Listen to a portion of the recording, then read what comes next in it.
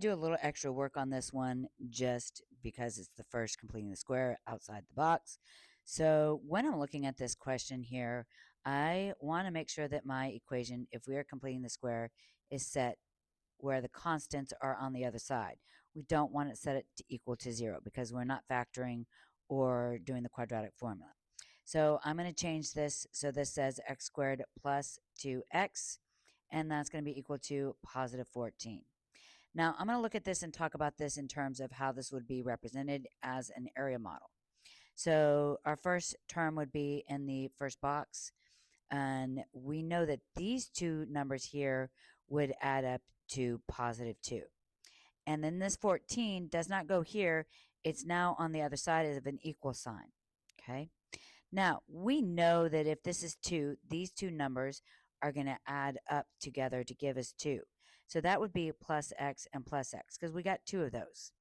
And we're thinking about looking at this, completing the square, we're making a perfect square.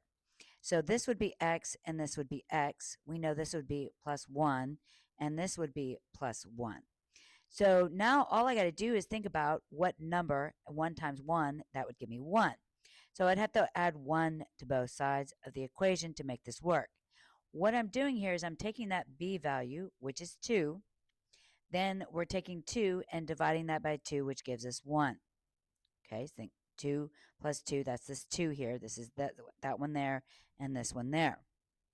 And then we're dividing it by 1, and now we're squaring it because what's 1 times 1? 1 squared.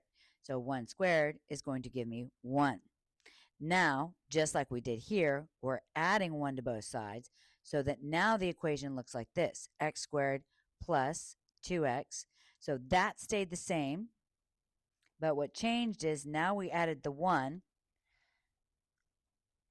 and we kept the 14 because we had that there, and then we added the 1 on the other side. So plus 1 there.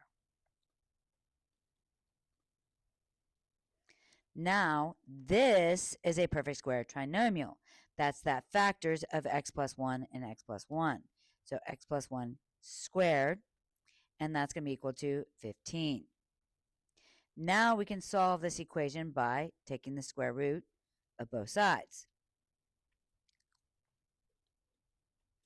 So this becomes x plus 1 equals plus or minus the square root of 15. We already know from a previous problem that 15 is not simplifiable. So this becomes x is equal to negative 1 plus or minus the square root of 15. And our answer is done.